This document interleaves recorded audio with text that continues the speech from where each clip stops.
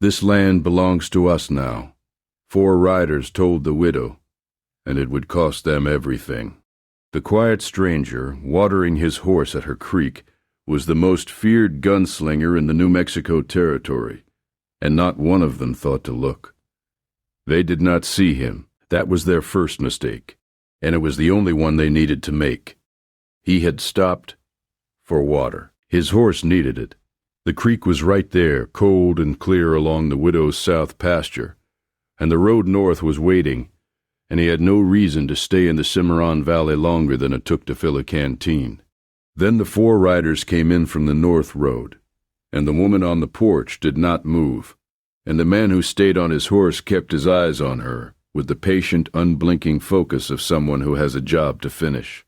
And the drifter at the creek, dirty poncho, trail-worn boots, no name anybody in that valley knew, set down his canteen and looked at the north road one more time. Then he tied his horse to the fence post, with the slow, deliberate nod of a man who is not coming back quickly, and he checked his revolvers.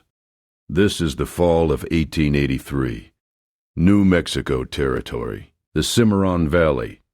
A young widow named Elena Vargas, 29 years old, standing alone on her porch with 4 armed men in her yard and a forged document claiming her water rights. A drifter at her creek who, by every outward sign, was nobody at all, and a mistake those 4 riders were about to make that they would not get a chance to make twice. My name is Caleb Dern. I was 63 years old the winter they finally let me write this down, and I was there for most of what happened. Not every piece of it.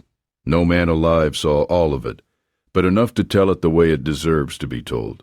Before we go any further, partner, if you are new to the channel, take a moment right now and subscribe. Drop your country in the comments below. Just one word. I read every single one. Now, let us go back to that morning in the Cimarron Valley, and the creek, and the 4 riders who did not think to look at the man watering his horse by the south fence. I, Elena Vargas, had been running the Painted Bow Ranch alone for 7 months by the time those riders came. 7 months since her husband Diego Vargas had ridden into Raton to register a water access renewal at the Territorial Land Office and come back strapped face down across his saddle. The ruling from the Raton sheriff was robbery, bad luck on the road. The kind of official determination that arrives with the practiced, slightly hollow sorrow of a man reciting a line he has used before, the words in the right order, the sympathetic pause in the right place, and underneath it, nothing that resembles investigation. Elena received it with the specific stillness of a woman who knows what she knows, and is going to have to carry it alone. She had known from the moment they brought Diego home. The silver watch he had carried every day for 12 years, the one his father gave him, worn smooth on the case from years in his vest pocket, was still there, untouched. A man robbed for valuables does not leave a silver watch.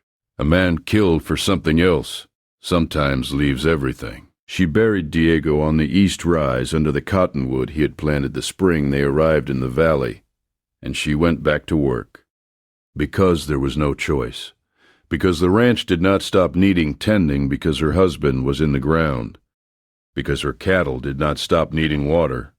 Because she was a widow. Because if she sat down and let the weight of it close over her head, whoever had done this to Diego would win. And Elena Vargas was not built for that particular ending. She was 29.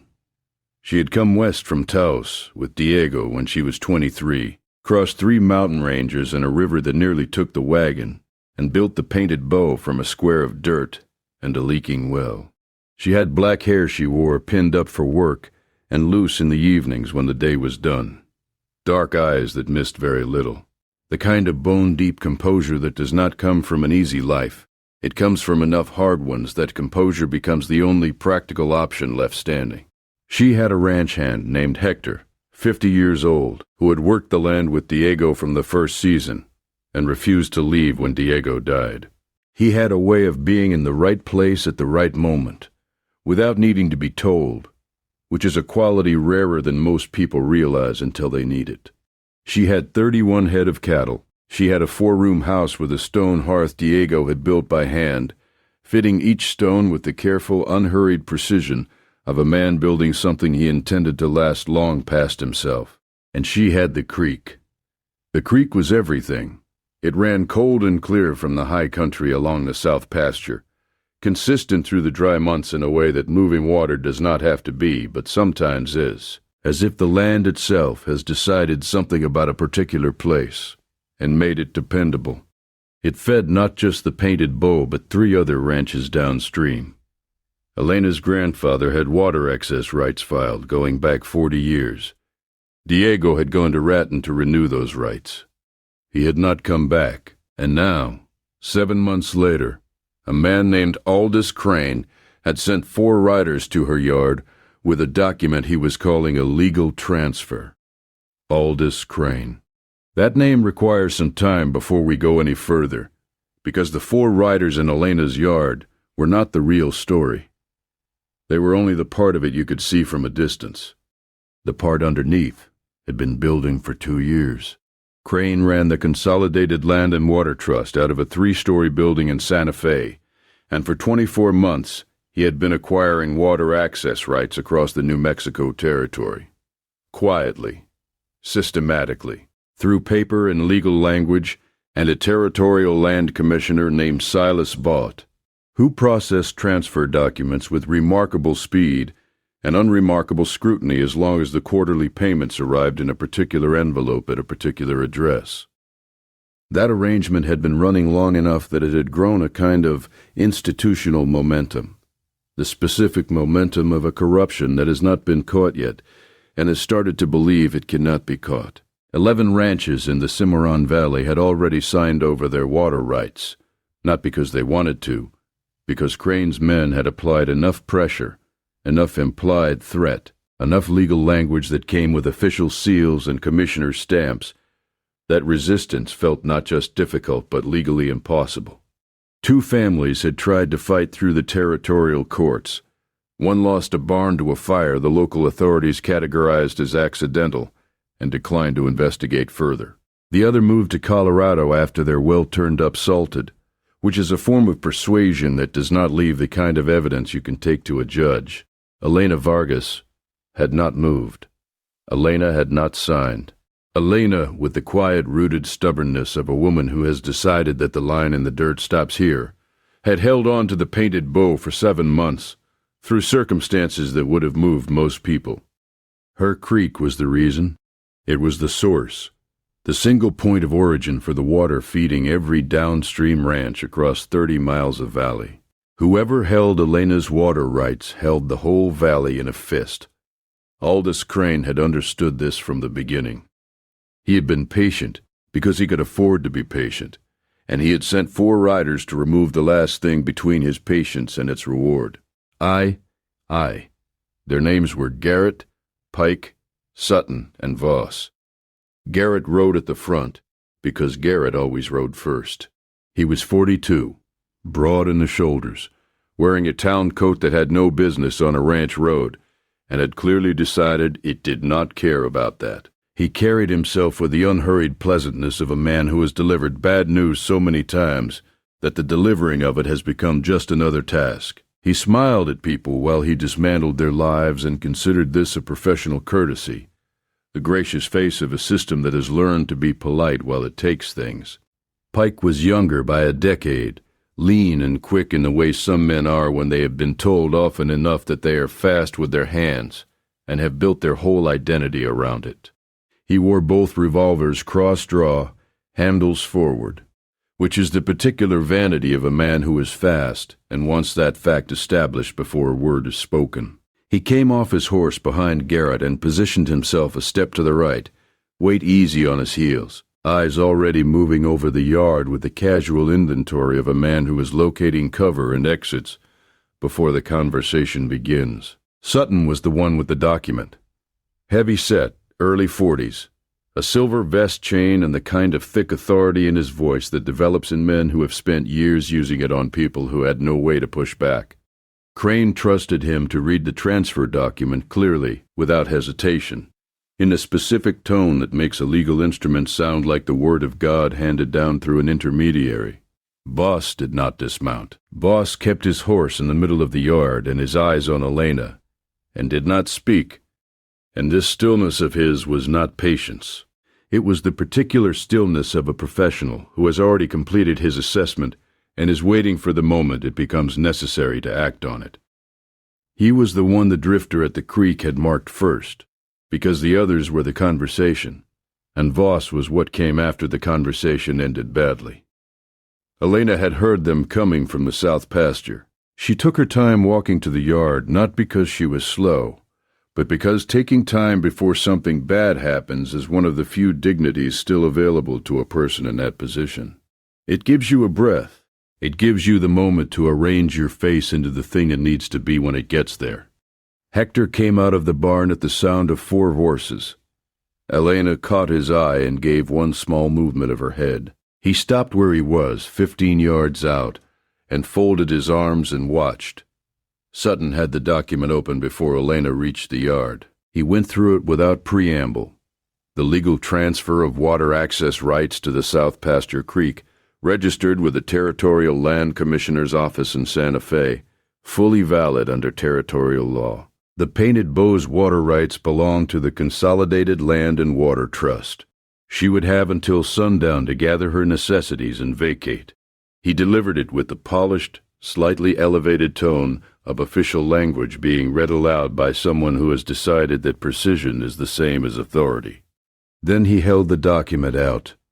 Elena looked at it without taking it.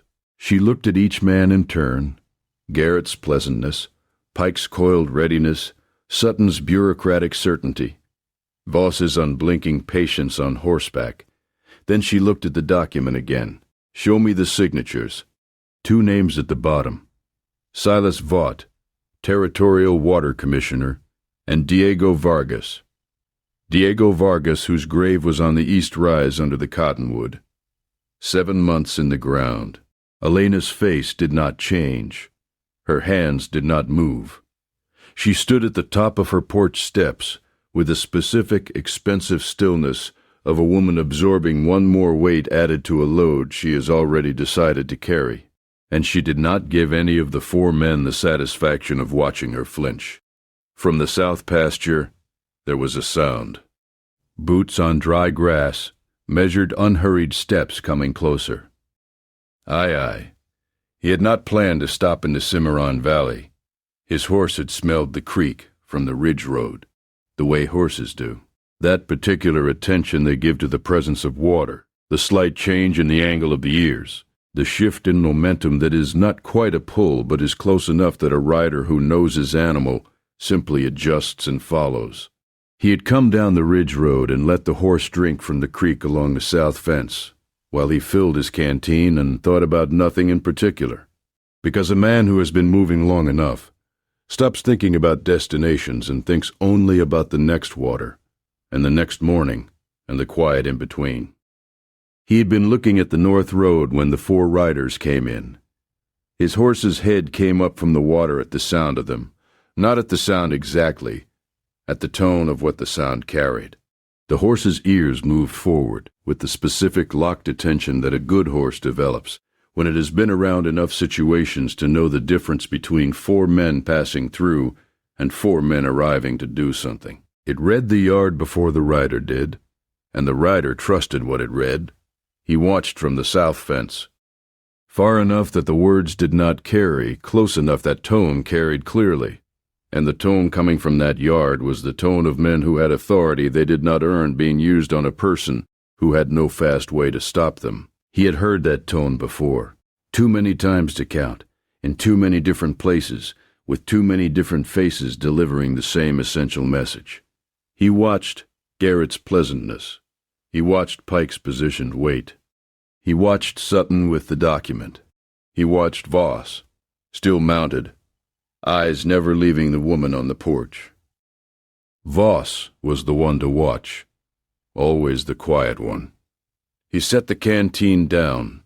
He looked at the north road one more time, clear and uncomplicated, and waiting for him without conditions.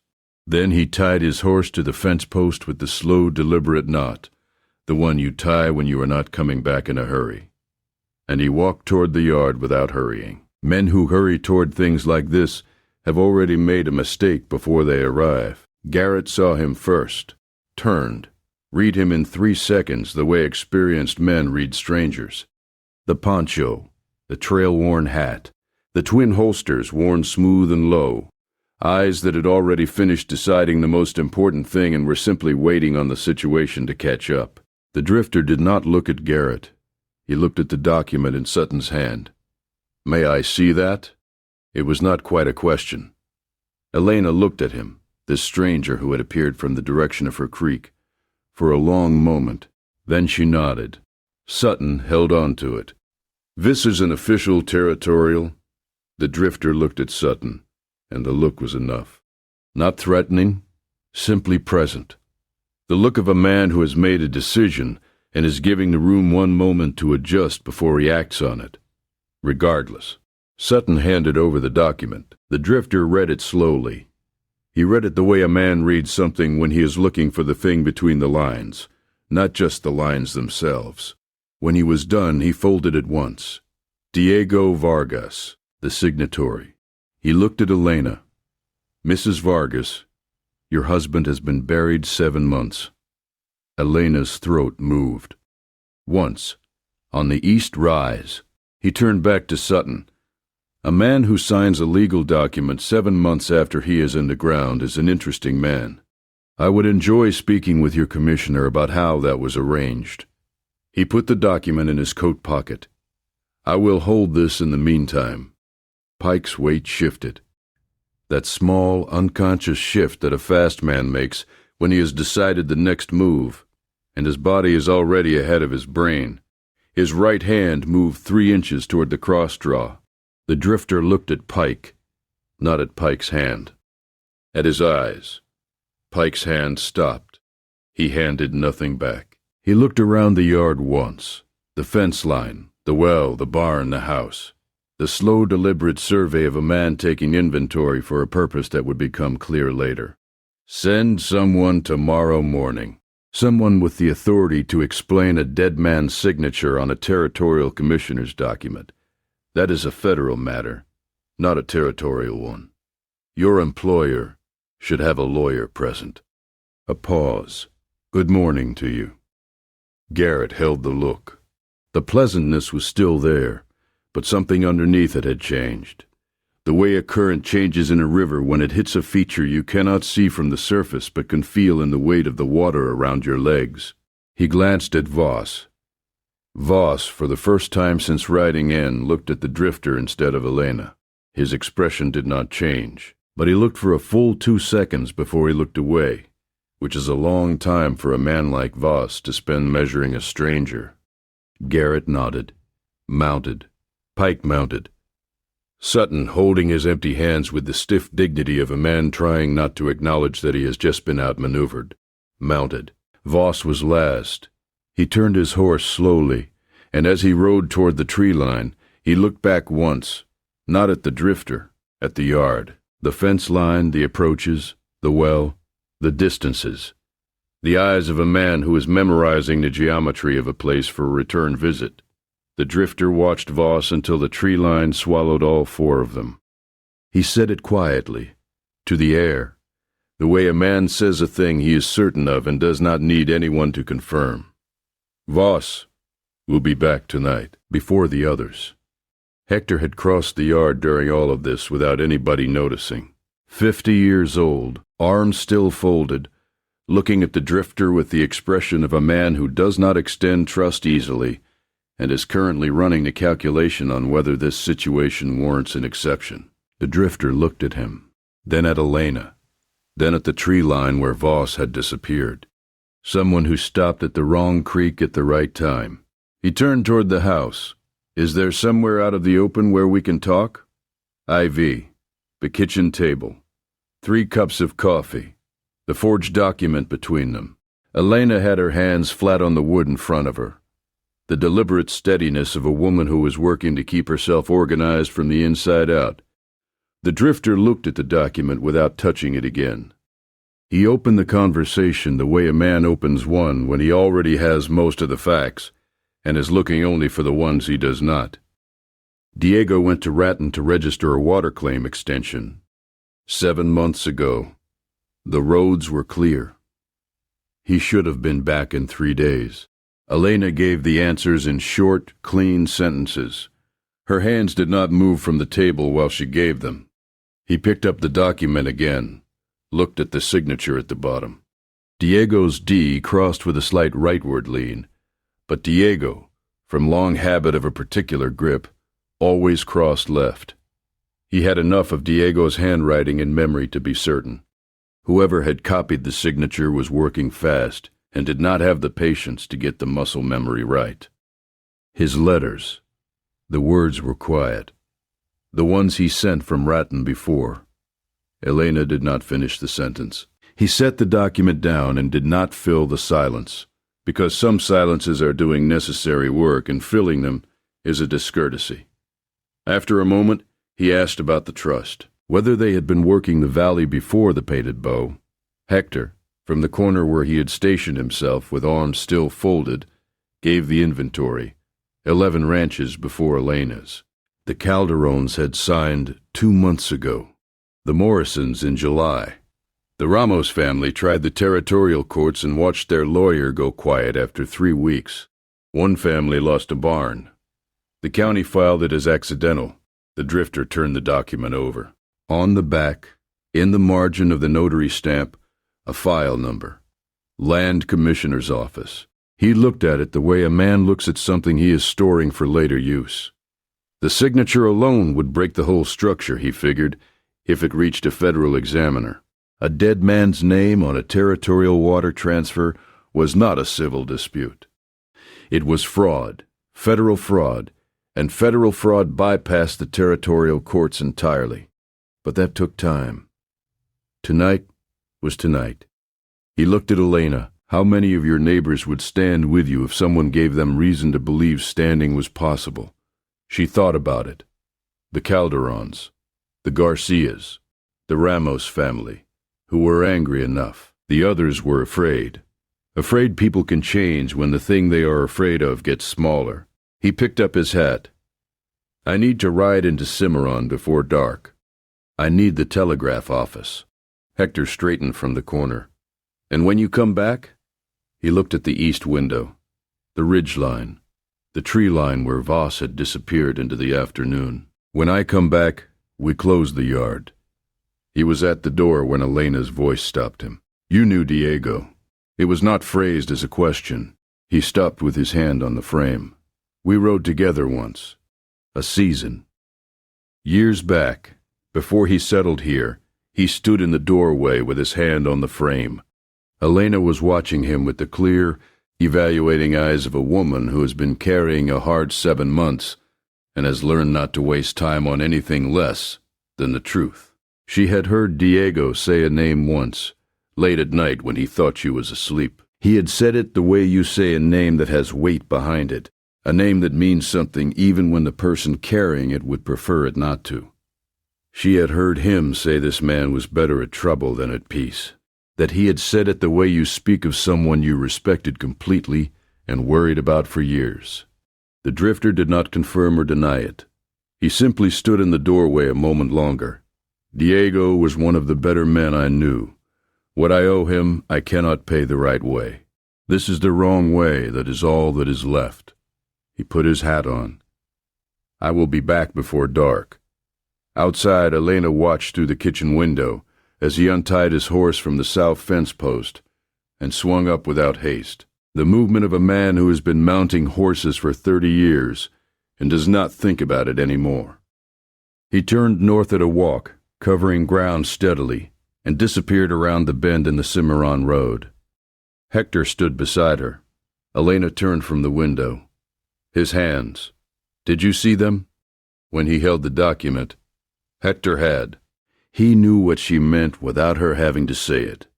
There is a particular quality to a man's hands when he has lived a specific kind of life long enough, and it shows the way weather shows, in wood, not in any single feature, but in the whole texture of the thing. The calluses where they are, the way the grip settles without effort around whatever needs to be held. Diego had those hands, Hector said, before the ranch, before he settled the first year I knew him. Elena nodded. She already understood that. She had understood it from the moment the man walked in from her creek. Elena turned back to the room. There was supper to start, and a yard to think about, and a night coming that was going to require everything they had. His name was Callan. That was what he had been going by on the trail south, and it would do for the Cimarron Valley. The name he had been born with belonged to a life he had put aside in the mountains of Colorado 2 years back, when a particular situation had required the cleanest possible exit, and a dead man's identity had been the cleanest one available. He moved through Cimarron the way he moved through every town that was hiding something. Not at the obvious places, but at the edges, the feed store, the back corner of the small restaurant near the stage road, the water pump at the south end of the main street, where men gather in the late afternoon because men at water pumps talk without knowing what they are actually telling you. What he found came the way truth comes when you have been collecting the right pieces in the right order, slowly and then all at once. The Territorial Water Commissioner, Silas Vaught, had his office in Santa Fe, but processed most of his Cimarron Valley business through a deputy clerk in town named Pell. Pell was 30, thin, nervous-looking in the way of a man who is carrying something he knows he should not be carrying. He had also in the past 18 months acquired a new horse, a new saddle, and a new coat, all on a deputy clerk's salary, which is a particular kind of arithmetic that tends to tell its own story. Pell was not at his office when Callan stopped there. His neighbor at the adjacent counter mentioned lunch at 2 and no return since, which was apparently not unusual on days following a fresh transfer filing. Callan left without leaving his name. At the telegraph office he sent 2 messages. The first was to a man named Hale in the Federal Land Commissioner's office in Washington, a man who had once received a very specific piece of information from Callan at the precise moment it mattered most, and had expressed his gratitude in the clear, simple way that certain men use when they mean it completely, if there is ever anything. The telegram was specific. 11 fraudulent water rights transfers in the Cimarron Valley. Commissioner Silas Vaught, Consolidated Land and Water Trust. Aldous Crane. Forged signatures. Federal inquiry requested. The second was to a federal marshal named Cutter, Territorial Office, who had a long and well-documented dislike of land syndicates that used paper fraud as their primary tool. Cutter was the kind of man who moved fast when he had documented cause, and the telegram gave him documented cause. Callan ate a meal at the restaurant. He rode back to the Painted Bow in the last hour of afternoon light, when the sky over the Cimarron high country turns that long. Warm gold that makes the whole valley look like something painted by someone who understood what the light was worth and intended to get every bit of it down before it left. Elena was at the south fence when he rode in. Hector was on the barn roof with a rifle across his knees, looking out over the east ridge with the calm patience of a man who has picked his position and intends to hold it. Voss came back at noon, Hector said from the roof, without looking down. Came along the ridge to the east, sat there about 20 minutes, counting the approaches. He swung down and tied his horse. Tonight, then, after midnight, that is when Voss prefers to work. He will have more men. Elena was watching him. How many more? Enough to feel certain. He looked at the barn, the well, the house, the fence lines, which is fewer than enough to be certain. Let me show you what we are going to do with the yard. V.I. What followed was the particular work that Callan had done enough times that it no longer felt like strategy and had become more like carpentry, the methodical, patient transformation of a space into something that worked differently than it appeared to. They started with the barn, because the barn was the obvious approach, and obvious approaches need to be addressed first. Hector strung a length of wire across the east entrance at shin height, 10 inches off the ground, tied at both ends to the frame posts, connected by a short length of cord to a cluster of cowbells hung from the crossbeam overhead. In daylight you could see it if you were looking. In the dark, Against the barn floor, you could not unless you knew it was there. The sound it made was not loud. It was enough. The north gate, the natural entry for men on horseback coming from the road, received a different arrangement.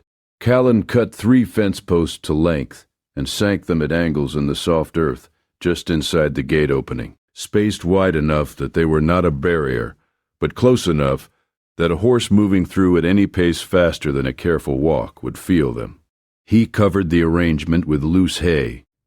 The posts would not stop a horse. They would announce, 1, the well in the center of the yard was the defensible position.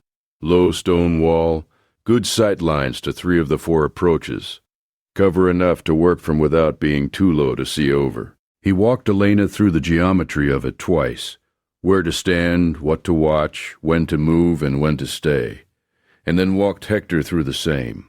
He repeated it once more, because repetition is not redundancy in these situations. Repetition is the difference between a person who knows what to do and a person who does what they know without having to think about it first.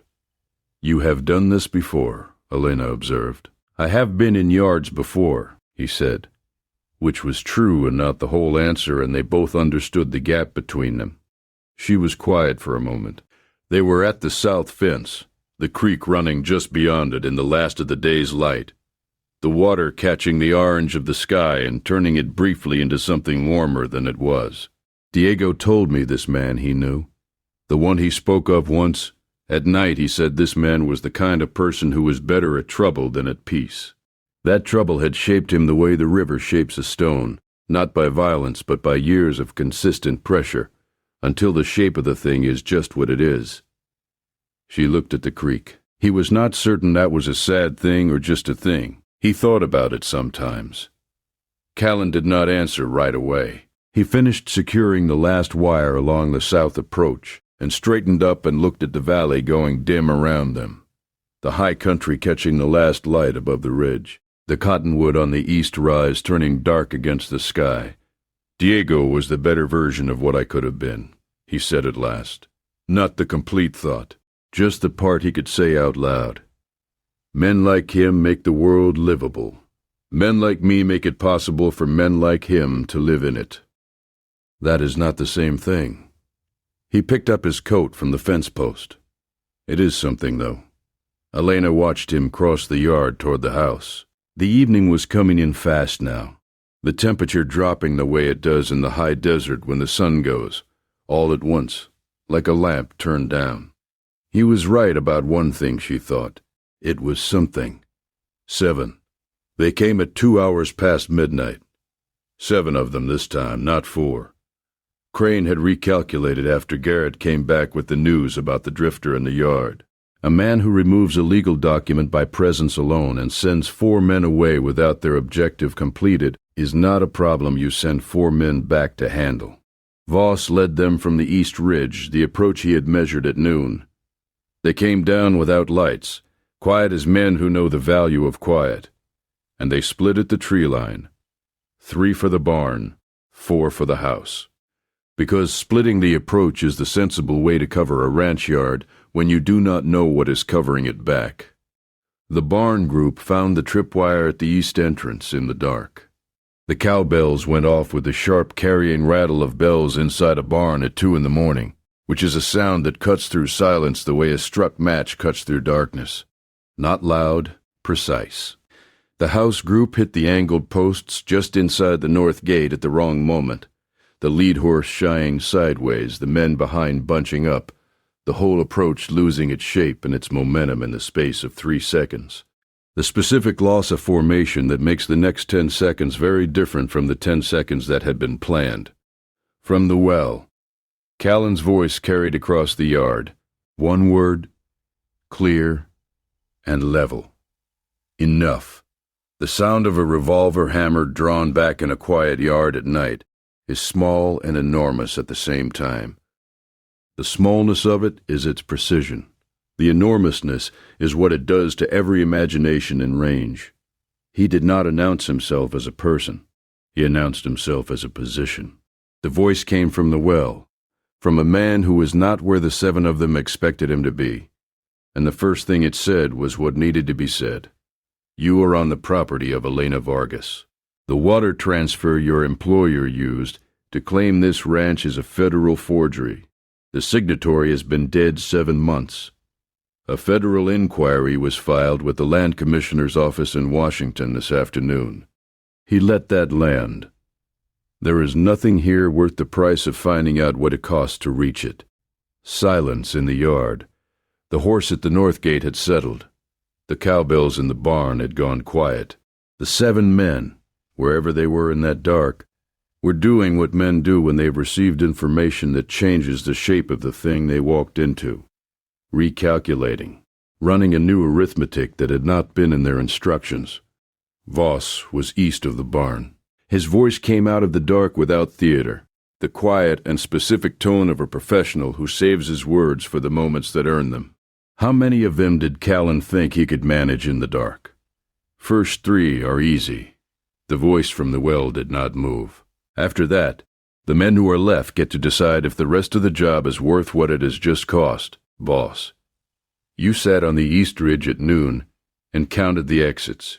You know there is a rifle on the barn roof. You know it has been pointing at where you are standing since before you got off your horse. Hector did not move, did not speak. The particular kind of stillness that in the dark is more effective than motion, because a man in the dark fills in what he cannot see with what he fears. And what a man fears in a dark yard is almost always larger than what is actually there. Voss's next words were quiet. Crane would send more men. Crane will spend more money. A federal inquiry is already open. His lawyers are going to be expensive. His commissioner's going to cooperate. Men like Pell always cooperate when the weight gets real enough. The men who ride for Crane are going to start calculating what they are worth to him once his whole operation is a federal matter, and whether he can cover that cost. A beat. I know you, Voss.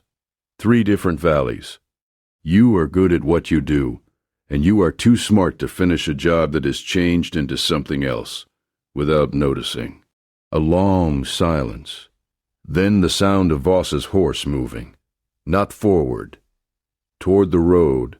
One by one the sounds in the yard changed. Horses turning. Weight shifting. The measured, deliberate movement of men who have made a new calculation and are orienting themselves to the result. Garrett muttered something short into the dark. Not to anyone. Just the thing a man says when he has accepted a situation and is adjusting. And then the north gate was clearing and the east approach was emptying, and the 7 men were leaving the Painted Bow the way professionals leave a situation that has changed terms. Without panic, without conceding anything out loud. Just gone. Callan stayed at the well and did not move until the last hoofbeat faded from the ridge road, and the valley was quiet again.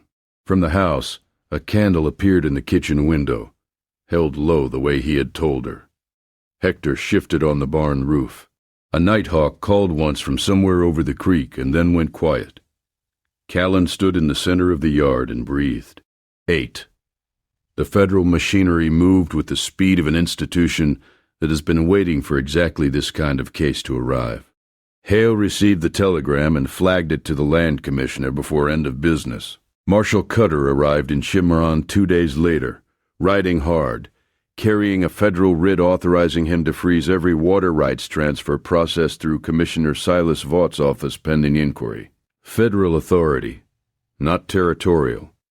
The kind that bypasses local courts entirely and operates at a level Crane's legal structure was not built to defend against, because Crane had built his operation inside the territorial system, and the territorial system was exactly what this writ was going around.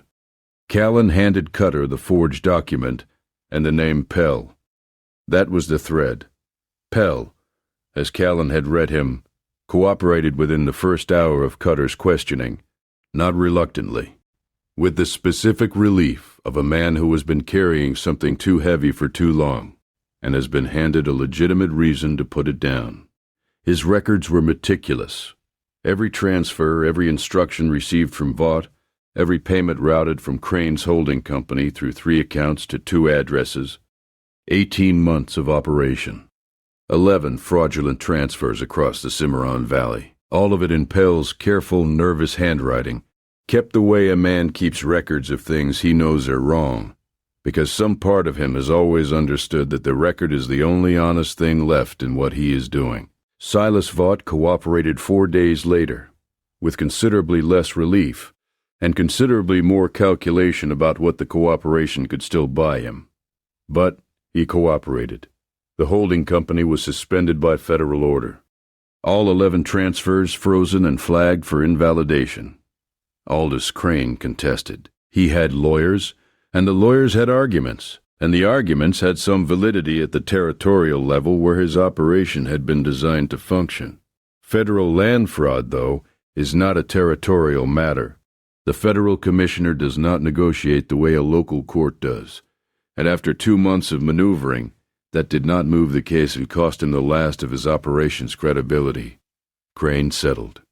His holding company was dissolved. The Santa Fe office closed. The documented payments to Vaught and Pell formed the basis of additional charges that added weight to everything Crane was carrying out of the territory when he left.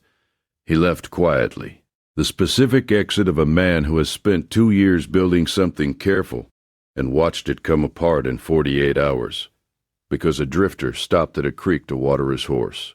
That particular irony settled into him and stayed. Some ironies are like that. All 11 fraudulent transfers were invalidated. 11 families received federal documentation confirming their original water rights. Signed, certified, protected at a level that Crane's approach could not have reached. Elena Vargas's documentation arrived on a Thursday morning in a sealed envelope carried by a federal courier. She read it at the kitchen table. Hector stood in the doorway. "It is done," he said. "It is done," Elena said. She sat there for a while after that, because something being finished is not the same as feeling what its finishing means, and there is a distance between those two things that no shortcut moves through. IX. Callan stayed 4 more days, not because there was dramatic work remaining, because there was ordinary work. The kind that stacks up when a person has been occupied with fighting for what they have, instead of tending it. The west pasture fence needed 3 sections of new wire, a thing Hector had been meaning to get to for a month. The south barn door had a hinge coming loose. A section of the creekside fence that the spring runoff had undermined, and nobody had had time to reset. He worked on these things alongside Hector with the quiet efficiency of men who have found a working rhythm without needing to discuss it. The particular ease that develops between people who are comfortable with silence and do not feel the need to fill it. In the evenings he sat on the porch while the valley went dark around him, listening to the creek and the cavil and the sounds the high country makes at night when the wind comes down from the ridge. There is a quality to those evenings in the Cimarron Valley in early winter, the dry cold, the enormous stars, the smell of the creek and the cottonwood leaves down from the east rise, that is unlike anywhere else he had slept under the open sky, and he had slept under most of it. On the morning of the 4th day he came out of the barn with his gear packed, and found Elena at the east fence line. The cottonwood on the rise above her was deep into its turn, orange and gold in the sharp morning light. The sky behind it the cold bright blue that only comes in the high desert in October. She turned when she heard him coming. "You are leaving." He did not deny it. The road north has been waiting. It is patient that way. Elena looked at the cottonwood on the rise. "Diego planted that the first spring we were here. He said a man should plant a tree somewhere he intends to stay. Before the house was framed, before the fence was up, he planted the tree first." Callan looked at it, the light through the turning leaves, orange and gold. That specific, uncomplicated fact of something alive that had been put there by a man who meant to stay, and who had stayed, and who had made good on the intention all the way to the end. There is a particular kind of faithfulness in a planted tree. You have to believe in something beyond yourself to plant one, because you're making a promise to a future that may or may not contain you. He was better at staying than I have been. You could learn it. Elena said it the way you offer something to a person you respect. Not pushed, not pleaded, not imploring. The way you offer a thing you have that they might need, if they want it, and leave them the dignity of the decision. The morning was clear and cold around them. The valley stretched out in every direction with the unhurried permanence of country that has been there for centuries, and is not in any hurry about what happens next. He shifted from that and went to the practical, because the practical was where he knew how to be certain. The water rights were solid now. Federal documentation made them harder to challenge than the original filing had been. That creek was Elena's for the life of the claim. She nodded. She understood what he was doing and let him do it, because she was a woman who knew the difference between a man who is saying what he means and a man who is saying what he is able to say, and she could recognize which kind was standing at her fence line. The Calderons and the Garcias and the Ramos family would need to file a consolidated protection claim now that the trust's transfers were invalidated. There was a lawyer in Cimarron named Aldgate, honest, which was not a given. Aldgate would know the filing. I know Aldgate, Elena said. The north pasture fence, Hector had it on his list. The post spacing in the far corner needed attention before the ground froze. Hector knows, Elena said, and there was a warmth in the saying of it, small and specific, the warmth of a woman who has good people around her and knows it.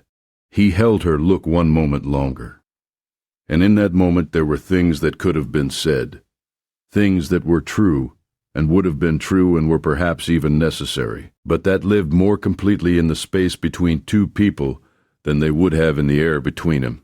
He understood that. She understood it. He put his hat on and walked back toward his horse.